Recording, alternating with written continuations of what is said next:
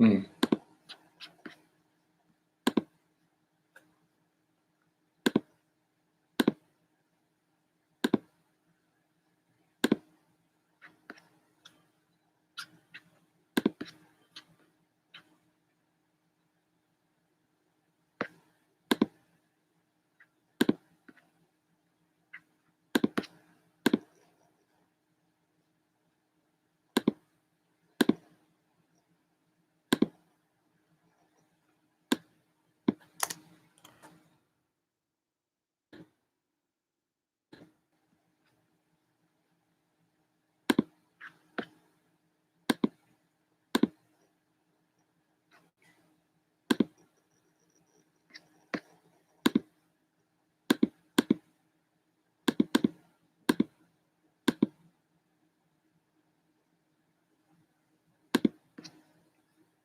All right. Just making sure this all works.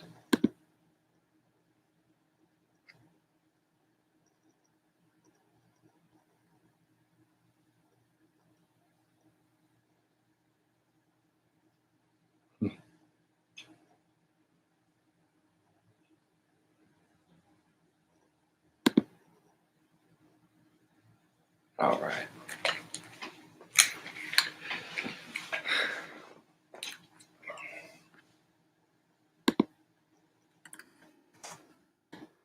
Making sure this stuff all works, everybody.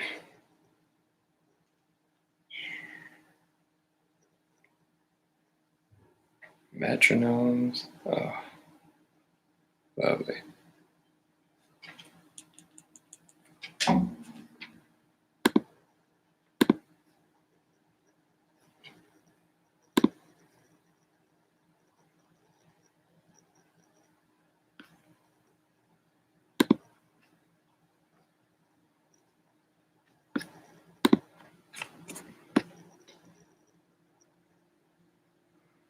Mm-hmm. Get started shortly.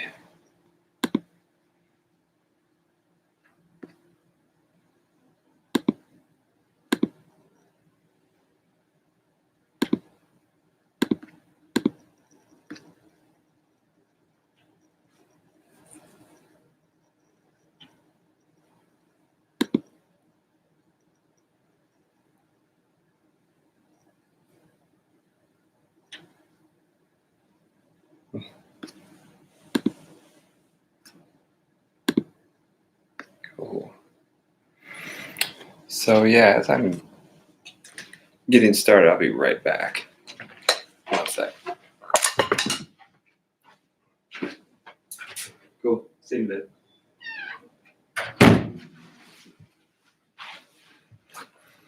Cool. All right. I wish I had a good way to somehow, since this is my first time using YouTube Live or any of the streaming, I don't have any of the chats enabled yet. I'm gonna figure that out hopefully for next time. But if you found this link on Facebook, I was saying you can send me messages via Facebook Messenger, or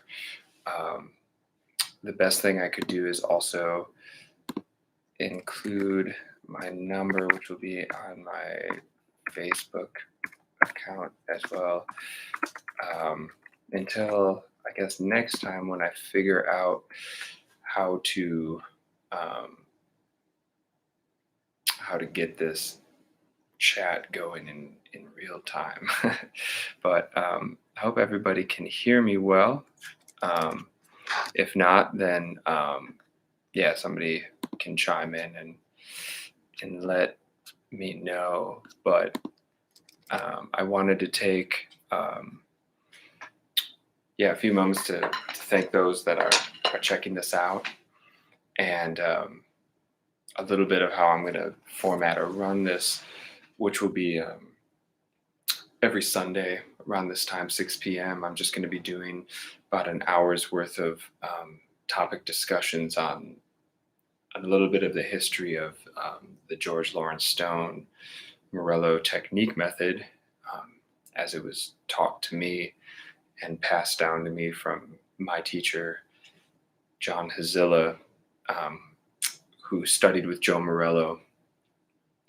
And I have to give deep thanks to John Hazilla for helping me out, because this technique system essentially got me out of having, both arms having. Here, let me change this up for a second. Sorry, private. We're gonna do this public. There we go. Done. Save. Okay. Hopefully that should work. Hopefully that should work. Okay. There we go. Figuring this out. Let's see if that works. Sorry, guys, figuring this all out. But yeah, so what the hopes of this would be is to help others know a little bit more about this technique method, as well as share with you how to go through the exercises in stick control, and go through it from a perspective of the intention in which the technique method is used, and the philosophical surroundings of that technique method. And because I've had the distinct privilege of having studied with a student of Morello's, and being two people away from George's teachings, I found the profound impact they've had on my life, and on the many students that have come to study with me, and the people through playing music that have asked me about my technique, or have been curious about my approach to sound, or body movement. I can accredit it to my teacher, John Hazilla, but also from the passing on of this lineage of how to use stick control. And so, like, I've done a few of these before over Facebook Live, and I used to do in-person monthly gatherings that were really beautiful, bringing community together around the idea of, well, what is technique? What is this book, Stick Control? How do we use it? Do I just show my students just a bunch of stickings and pray they understand something? And so I'm here to today either have a discussion with anybody watching. Like I said, I don't know why I can't get the chat to work, but if you want, if it's not too crazy for you, you can, if you have my number personally, you can text it, or I put it on my Facebook page there. But you can also send me a message via Facebook. I know it's a little convoluted, but I would love to get to any questions or comments you have about anything. And hopefully, if the video is of good quality, hopefully the lag isn't too bad. Trying to always figure this stuff out. But what I want to start with is just today, which I've done countless times, is this idea of how do we deal with this book, Stick Control, the the Promethean technique book. And sure many of you have worked out of it or have checked it out, but I'm just going to talk about the simplest thing about how to actually use this book. So if you've been a drum educator, this has been the most enlightening thing for me, is that over 3/4 of drum educators don't actually know the origins of this book, or the whole technique and sort of ideological methodology behind it, which I don't blame anybody, because the beginning of the book is incredibly vague, and rightfully so. I think George Lawrence Stone was a really great salesman, where you had to go travel to either Boston or go find one of his ex-students and go study with them. But when I learned how to really use this book actually made a lot more sense. And, many of us have used it to either do foot exercises, or you can use it as a template for um, your own creative endeavors, which are vast and they're amazing. So any material out there is fair game. But the original intention of this book is this whole technique system, kind of like along the same lines of if you've been introduced to the Moeller technique, or the Gladstone technique method, or the countless other somebody technique method. But for me, this one makes, for me, the most sense in terms of the music I want to make and the sort of sound and body connection I want to have with the instrument. Having had previous injuries, tendonitis in my arms, this technique method is invaluable in just looking at how our body works, but also efficiency, and also looking at um, how we can get more out of the drums by getting out of the way of the drum. So, what we're going to talk about is just the fundamental technique method. And for those of you out there that maybe already know some of these terms, like I said, some of this stuff will be maybe redundant, but it's good to just always review and be a beginner ourselves. So, how you originally go through page 5, yeah, right there out of the glare, page 5 is starting with this idea of full stroke or free stroke. Now, if you don't know what this is what this will be. Or like I said, if you have any questions, sorry that I don't have a chat option available to me right now via YouTube. I'll hopefully figure that out next time. But you can text or shoot me a Facebook message, and I'll get to that right away. But a full stroke is actually how you go through this entire book. And it gets a little, you can do it with flams, and we'll talk about that on another date. But for the most part, all of the single stickings outside of flams in this entire book are supposed to be done with full strokes. Now, what I'll also do is I'm gonna preface this that the internet and everybody techniques and interpretations change. I use this technique to teach if a kid is ready for it. The youngest student I've taught this whole method to is second grade, and they're burning right now. They're doing great. So it's about the message, about how you really convey what the technique is and why it's used. And so if you go on YouTube, and I'll provide throughout this a playground for people to check out other people. I'm not a religious stick control practicer because I'm a performing musician as well. So my technique changes with the music I want to make. And hopefully technique serves you that way as well. Some people, they get really down the rabbit hole of just doing technique and just doing technical things, which I don't knock. I think it's a beautiful, any sort of pursuit of a craft and mastery, I'm 100% for. But I'm just giving a disclaimer about myself. I am not like some of the other people I found that present this method, where they've devoted pretty much their whole lives to just doing stick control, which is totally fine. I use it in terms of, I play music. It gets me to a place where then I run into either technical or conceptual dilemmas, and then I can consult back to these books with an understanding of how the method can help me achieve those goals. So it's my little spiel on that. But back to page 5 of stick control. If you have your book and a pair of sticks and a pad, I wish I could see everybody. I might switch this to Zoom and just do that, because that just might be easier moving forward. But what I like to focus on is just 1 through 13. And I stay on that with all my beginning students and people until the concept is understood. And once again, it starts back at this idea of the full stroke. Now, the full stroke, if you guys can all see here, this is my right hand. So the full stroke is It's just this idea of you you get what you give, right? Most people when they play drums, they're always lifting. They're always lifting. So you're wasting energy, essentially. You don't need to pull out of the drum.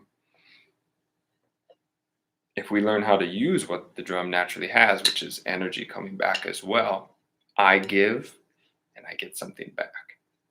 So essentially, what a full stroke is doing is I throw the stick, and it's going to shoot my hand back. Now, when people first do this, you're going to notice that you have a lot of tension in your arm. It's hard to just trust something, and it's hard to let something work with you. So this technique method also teaches me a lot about the relationship I have with myself and a lot about the relationship I have with others, and also my relationship with the drums. Why am I fighting this instrument? Hopefully you're not fighting this instrument, right? So by doing a full stroke, we're developing complete muscle relaxation in the arm. And what we're doing is developing a reflex action so that I'm heightening my senses. So when I go to surfaces, I'm never developing tension, and I'm getting the best sound possible. The other thing it's doing is developing all the muscles evenly in your arm to make a stroke, which is super important because most people get hand injuries and have deficiencies in their playing because of an overcompensation. They haven't utilized all the muscles in which the arm uses to make a stroke. This also helps us work on posture because I'll show you how we can go about doing a full stroke. And it helps, especially since I'm right hand dominant. It's going to help even out your weaker hand and work on any deficiencies you have in your left hand. So, yeah, like I said, if anybody has any questions on this, sorry I don't have the YouTube chat set up. It's not letting me do that. So, if you would like to text me or send me a Facebook message, that would be amazing, and I can answer any of these questions. Sorry, it's kind of convoluted and back and forth that way, but it is what it is. So how we do full strokes though, let's start there. Now if drummers already know this, just bear with me, this is just a primer then. But to do a full stroke, the first thing you have to do is relax completely. If you're not able to relax, then this technique will not help you. So for many of us that carry a lot of tension in our lives, either consciously, subconsciously, this is going to be a great time to allow yourself a chance to really work at truly relaxing your body. Tension is the key to injury. Whereas relaxation allows us to be open and accept. So, first thing to do is just let your, if I have any left-handed drummers, sorry, but we'll start with the right hand right now. So just let your arm hang down at the side. And really just for a few moments, you can use a stopwatch if you would like. Just try to relax your arm for 1 minute, 2 minutes, and really relax. Think about what you think it is to be relaxed and cut that definition in half and relax even more, right? So from there then, find your elbow. Mine's right here, just that nice forearm crease right here, and lift right from there. Now notice I didn't do this, which some people do. I didn't do this. No, I mean lift from here, bring your arm up as a unit. You'll notice your wrist is nice and beautiful. It's sitting on your arm. And I'm holding the stick. For me, my fulcrum is in my first knuckle of my finger, this guy, and my thumb. That's home base. And this is just called natural grip, as Joe and my teacher called it, natural grip. The stick is just in your hand like this, and just let everything just fold, just relax. That's it. So if I'm looking from a sitting position, actually my arm is not like this. It's actually if I bring my arm up to where it's sitting on itself, my arm is at an angle like this. So I got this nice crease here. And everybody's going to be different, right? Everybody's body is different. So listen to your body. When you lift, go to where you feel like your arms are resting in space, right? my body goes up like that. So key thing is to lift from here, because what it's doing is engaging all of your muscles in your upper body, your upper chest, and your shoulders. So now your arm is hanging. And take a few moments when you do this crease. If you do it too low, you're going to notice you're going to engage some muscles right under your arms here. I don't know. You want to find that place where if you're moving like this, you should feel like it's just hanging from your arm socket, right? So I have the stick now in my hand. Boom.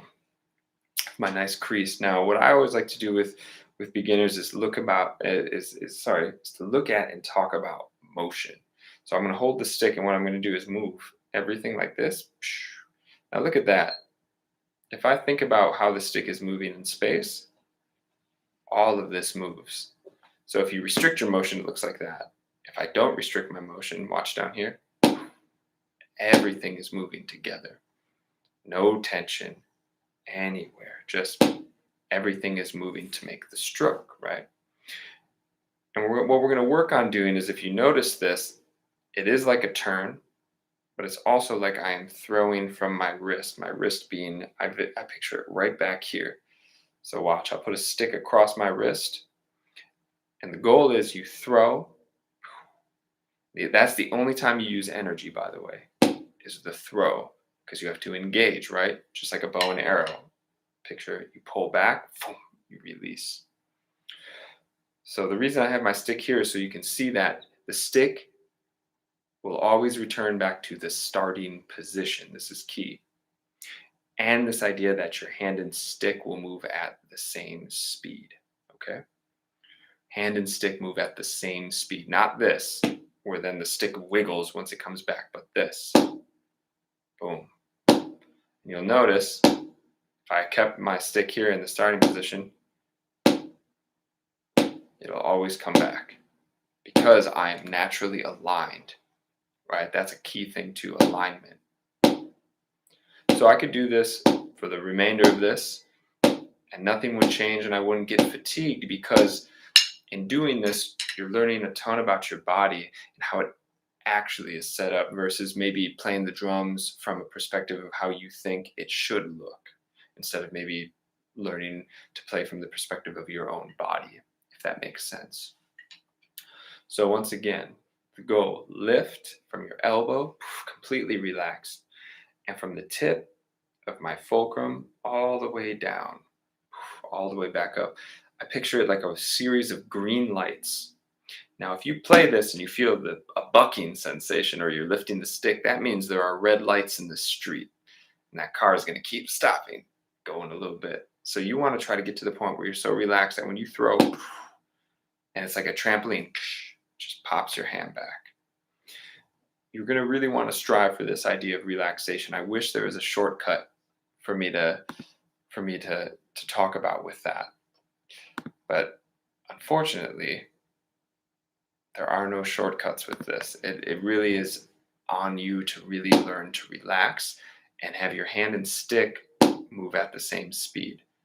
And there's a lot of different ways to think about this. Sometimes people are like, oh, I grab the stick. I just think about, yeah, sometimes my fingers go like this, because if I'm completely relaxed, that's how they're moving. I'm getting out of the way of it.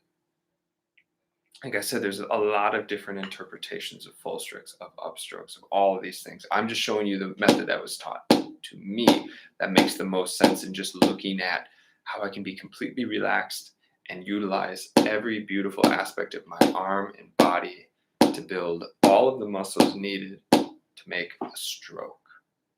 Okay? Now, if you guys have any questions, like I said, shoot me a text, or on Facebook Messenger. It's on my profile. You can write something there, and I can answer any of these questions, since I don't have the YouTube chat set up right now. So that was my right hand. Okay. Same thing in my left hand, right? Always natural grip. However you want to hold the stick. What we're talking about is, for me, my natural grip is right in the first knuckle and my thumb, and it's like somebody's handing you the stick. I just hold it in my hand. Nothing fancy. I don't try to make this a big deal. It's just, wow, that feels great. Once again, completely relax this arm. Hold it down at the side. Find that nice crease in your elbow and lift up. Wherever that is for you until you feel that you can hold yourself upright, right? You're not leaning, anything. Boom. Because, like I said, once again, this engages all of your upper body muscles and the muscles back in your shoulder so that you're not hunching or anything. And if you see here, everything is aligned. My wrist isn't sagging, my wrist isn't elongated, it's resting on itself. Just like if I took the stick out of my hand and I reached my hand up, that's how it should be. The stick in my hand. Boom. Now, same idea. Take a second. Feel how your arm moves. This is anatomy right here. This is how everything is moving. If I go and throw the stick, notice this is more of like a turning motion. Instead of thinking like this, thinking I'm throwing, which a lot of classical pianists do this motion. They do a forearm turn, which is actually one of the strongest, like it's like pounds per square inch pressure that the body produces. So essentially it's like you're unwinding your forearm, you're throwing, okay? So once again, with my non-dominant hand, this is my left hand, I throw, and I try to picture all those green lights, and really you just have to relax. You can do it slow like that. Most people, when they try this, they just try to whack away. But like I said, the title of this series is called Slow and Mindful Drumming, which is what I'm a huge advocate for is take some time in your life to do something very slowly and with a ton of awareness and mindfulness. Don't look for the shortcuts. Don't look for the 5 YouTube hacks. Don't look for anything that is of a nature that'll just put you right back where you need to start. Like I said, go slow. Be aware of how every part of your body is moving. So in doing this, now I'm engaging my fulcrum. My hand and stick are moving at the same speed. Like I said, it'll return right back to the starting position. So I'll just put the stick across my hand here, just so you can see. And you can see I kind of prepare a little bit. I'm not just going to throw. I bring back a little bit, and then I throw, just a little bit.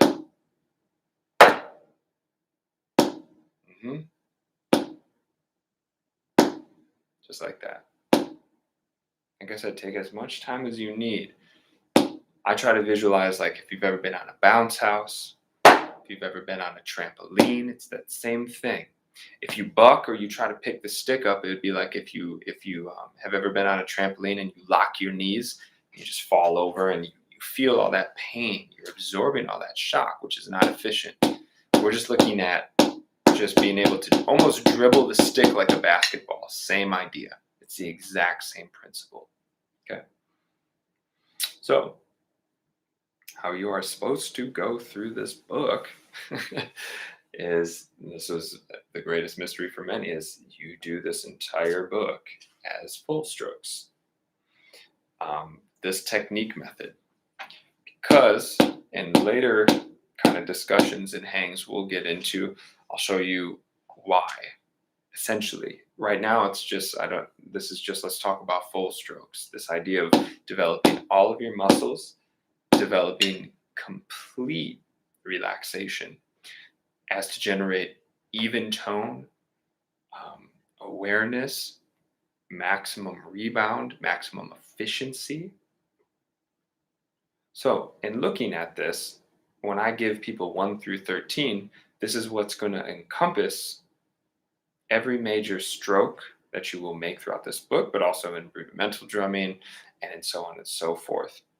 And so if you have stick control in front of you, I'll go through the 1 through 13, which is divided like this. 1 and 2 are your single stroke rolls, right hand lead, left hand lead. 3 and 4 are double strokes, right, right, left, left. And then 4 is left hand lead, left, left, right, right. Nothing crazy. 5 through 8 are the paradiddle variations. 5 is our normal paradiddle, which is a single and a double. Right, left, right, right, left, right, left, left. Then 3 variations, okay? 9 through 12 are incorporating the triple stroke roll. 3 strokes, right, right, right, and then a single left. And then left, left, left, right, and then two permutations, right, left, left, left. 12 is left, right, right, right. Nothing crazy. And then 13 is the classic four on a hand. Just four rights, four lefts. So if you look at this, that's how I divide it up. So this covers pretty much all the major stroke types as we talk about, well, what does it look like when we go faster? Well, as we go slow, all of these require one wrist motion. And how Joe talks about doing this is from the perspective of this is written in eighth notes, but um, when you do this with a metronome, his original suggestion was eighth note equals 60. So that's what this would sound like. So it would sound like all of these would be quarter notes. So number one would be like right, left, right, left, right, left. So you can, this is at 60, which is what Joe Morello suggested. When I work with beginners, I do it at 30, but even I'm going to do it at 20 to stick to slow and mindful drumming. Because if this is a new technique, always going slow has nothing to do with success in terms of like this idea that if you go slow, it's bad, which a lot of people believe, which is not true. Going slow and using a slower metronome setting is actually giving yourself more time to discover and explore. It's creating a wider playground, right? And especially when we're trying to develop a personal connection with our body and an instrument, give yourself way more time. Speed is of no concern in this, unless you want speed. If you want speed, I wish I knew better shortcuts, but it has to start slow. So in doing this, this is 20. Super slow, right? So we're thinking right, sorry, sorry, we'll get it. Right, there we go. Just to give yourself a lot of space, right?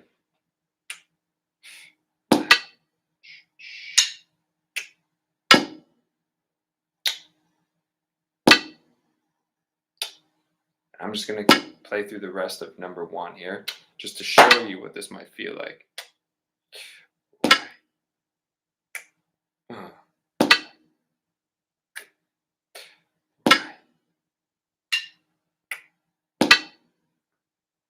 Okay, one more.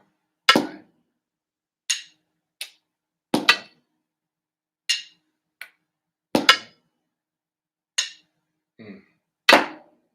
Okay, so for some, yeah, super slow. Like for me, I need to go back and review, but for most people, I start at 20. 30 might be a little more generous, right? But 20, just because if you carry tension or anxiety, going 20 is going to really force you to breathe into those spaces, right? But if you're a little more advanced, you could try it at Joe's tempo, which is 60. But I always say go slow so you can really develop your muscles this way, right? So here's 60. We look something like this. You have right, left,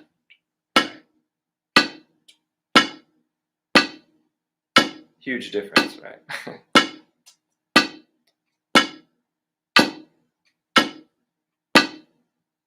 Right? So that's number one. Okay. So the first thing I'd recommend to do is get 1 through 13 under your belt. You can do eighth note equals 60 like that. So the eighth note in this sounds like quarter notes, right? If you need more space and it's not coming to you, like I said, I do 20 beats per minute with most people. Um, just because it's not that hard once you do it, but also if you do that for a week and you get through this, um, that's probably more care and attention you've given to a lot of your drumming than maybe in previous years. And what I've noticed, and the reason for this is that when people have either come to study with me or I've talked to them about drumming, is that a majority of people have never spent more than a year or even 2 years practicing it incredibly slowly. Um, and I've seen that when we have gone very slowly, that the results and whatever they're trying to do exponentially grow faster because now you've given yourself a lot more time to develop versus the other way around, which would be the pressure to achieve something in a short amount of time. Which for this, it took me about 3 years because my tendonitis was very bad to actually finally get all the strength back and get my body back in order to not play with any more tension or any more pain. And so it's been, oh gosh, how long has it been? It's been almost, yeah, 13 years since I've had tendonitis. So I have to thank John Hazilla and Morello and George Stone for this. But um, yeah, so in looking at this, this would be this would be the goal right now. Would be to look at how to use this. So you go through stick control with full strokes, and this is how you're supposed to go through it with the original technique method, which it's really important to know the method around it in order to use it for then the results, right? Which is even, this book has no accents in it, nothing, no accents. This is just getting your bass level, even drumming tone together. Just your basic relationship, no tension, maximum efficiency, getting both hands to even out. That's the goal of this. So when you get to like doubles, really being aware that you want each hand to sound the same, as close as you can get, right? Same with when you go to paradiddles. If I'm going right, left, right, right, left, right, left, I want that sound to be as close as possible. Same with when you start doing the 3 on a hand or the 4 on a hand. Okay. If anybody is watching this um, and has any questions, like I said, it would be way easier if I could just chat with you in person. But if you guys have any questions for me, oh, Juan, hey man, would you say that practice slow is for everyone? Man, that is a great question. I definitely would say practicing slow is for everyone. Whether or not they want to do it, I guess is another question. Um, for most people, when I talk about practicing slowly, it would be a way to really expand, like I said, the playing field in which you're trying to learn something. So in doing stick control, like I said, if one of my students picks up on the concept right away of full strokes, I start them then maybe at like 40 beats per minute. But if somebody has really bad hand damage and some people are really trying to relearn their technique, I go much slower because of what um unless they're hmm, yeah, by going slower, they're gonna, if they have a lot of damage, they're relearning their technique. Going slower is going to allow them to really go further in and really realize, oh, all the unlearning they have to do. And yeah, that's a good point, Juan. I feel like some students are not interested in it unless they are older. Yeah, that's true. I can only speak in my own teaching practice. Like I've been fortunate to work with some really young kids. Like I said, the youngest kid I've taught this technique method to is in second grade, and she's in fourth grade now, and she's burning through this book. And I think the important thing to talk about with slowness is to also present it in an idea that if I can demonstrate it and show the benefits of it, um, and how it's affected my life, then I've had greater success with it that way, as well as trying to talk as frankly to younger students as possible about it. Um, in a way that if they don't want to do it, then fine. Then I don't waste my time showing the technique method in a way. Or maybe I'll be like, okay, well, we just might have to do it for a few extra months until you finally get it. Um, but yeah, that is a good question. But I'm just an advocate for slow drumming. And a lot of my students that have worked with me have seen the benefits and the results of it.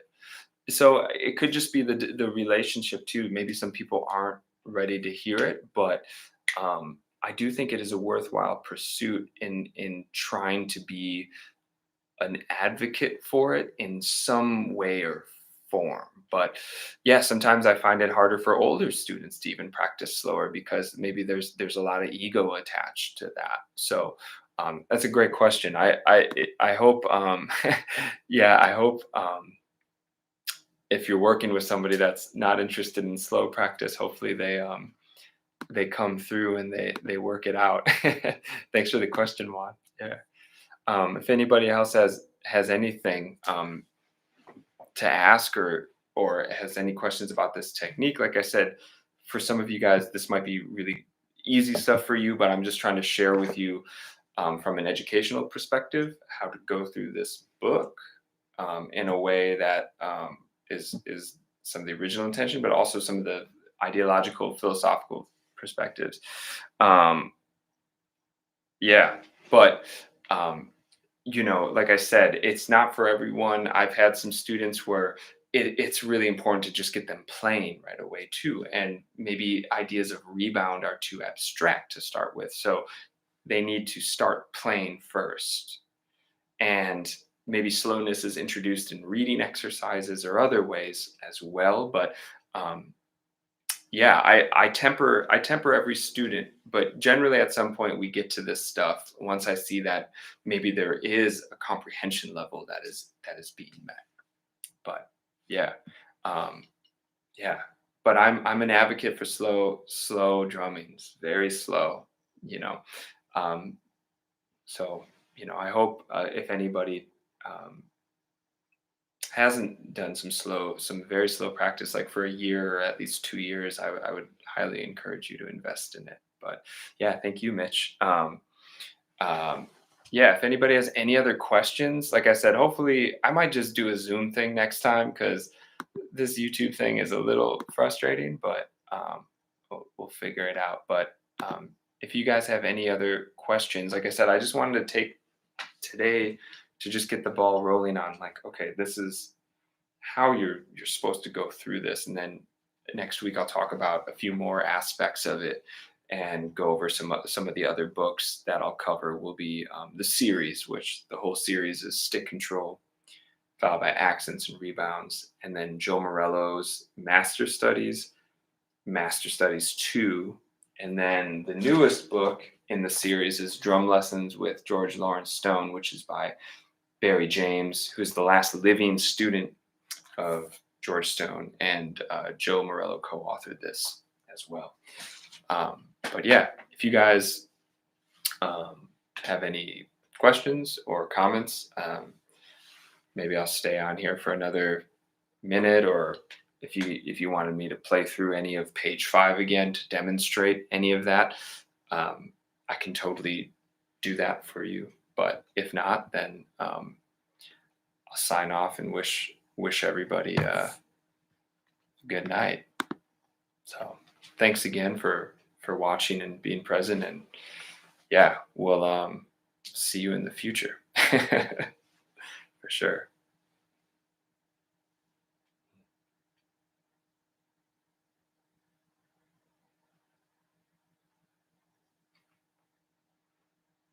But yeah, if you have anything also to share in your own practice of using this book too, maybe the comments are enabled for the video. Yeah, I just also want this to be a community forum as well, because I'm just interested in people's experiences with the material, and also, yeah, if they have any questions on it. Um, yeah, Juan, what did you say here? Sometimes I have tap breathing. I'm working. Um, Oh, you like time your breathing with it. Yeah, there's times, I mean, yes. Yeah, I've done some things. I don't know if I've done it in terms of while I'm I can't say if I've been conscious like I'm gonna do it for this, but there have been some times where um I try to see if I can do an exercise and how long I can take a really deep breath and actually see how long the exhale is over. It could be over the course of three of the lines. So I've done things like that, but I think it really is depending on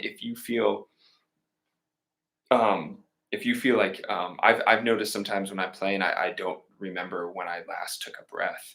So I think anything you could do then to bring awareness to that is super great. I mean I've done things though where sometimes if I take a breath and I'm playing, if I'm just going like right, left, right, and then I just naturally will breathe here, and then I let it out. Now I'm on to number two, and I breathe halfway through it, and I just kind of watch how my breath interacts with the pace at which I'm doing something then too.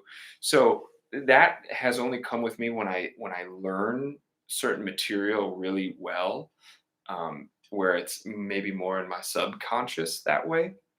Then I can be like, okay, I don't have to think about this. I can worry about this and in my breath, and I can now focus on that. So, um, but yeah, I think it's really great because yeah, I notice our breaths.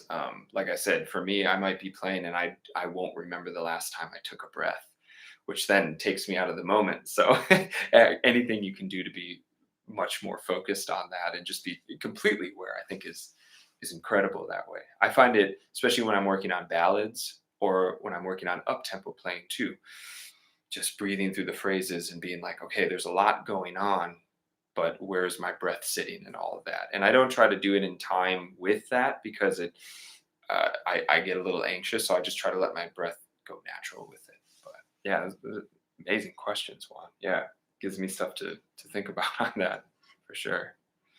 But yeah, well, thank you guys. I'm going to sign off unless anybody has uh, any other questions. But even after I sign off, if you want to text or send messages, I'm down to continue to talk. But yeah, like I said, I'll be back next Sunday and yeah, keep the dialogue going. So thank you all, and we'll talk soon. Okay, bye bye.